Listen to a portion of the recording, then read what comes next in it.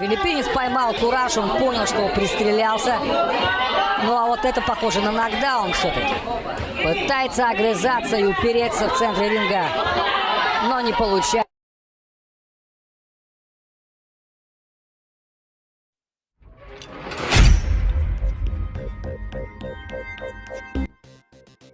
Isa sa pambato ng Russia ang tinitingala bilang isang rising star at ito ay walang iba kundi si Vyacheslav Mirzaev.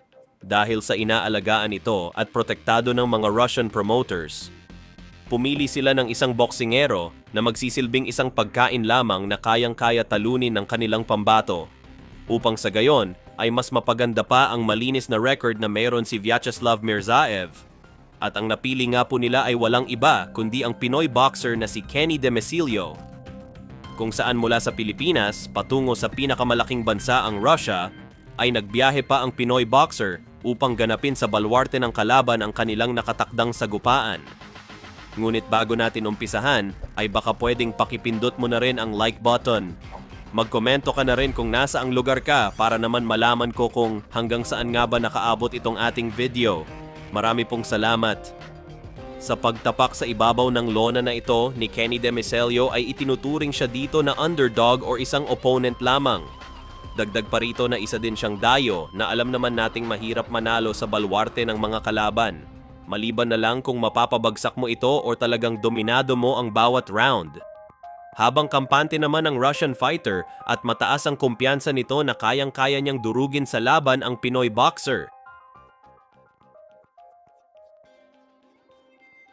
Sa pagtunog pa lamang ng bell, ipinakita dito ng ating kababayan na hindi siya natatakot kahit pa isang undefeated ang kaniyang nakalaban. Kung saan ang sagupaan ngang ito ay nakaschedule ng 10 rounds at ito ay sa bantamweight division. Своему соотечественнику. До этого Океания был чемпионом Пасифик, был чемпионом. Предыдущий поединок провел в 2017 году, в октябре, на Филиппинах. Вот опять в первом раунде.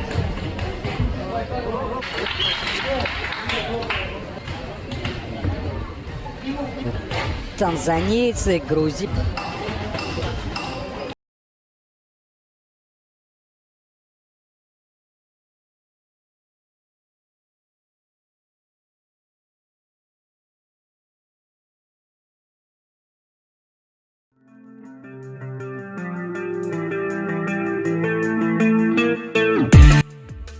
Makikita sa naging slow-mo na ito ay magkakasunod na body shots ang binitawan ng ating kababayan na naging dahilan upang muling napabagsak ang kaniyang kalaban.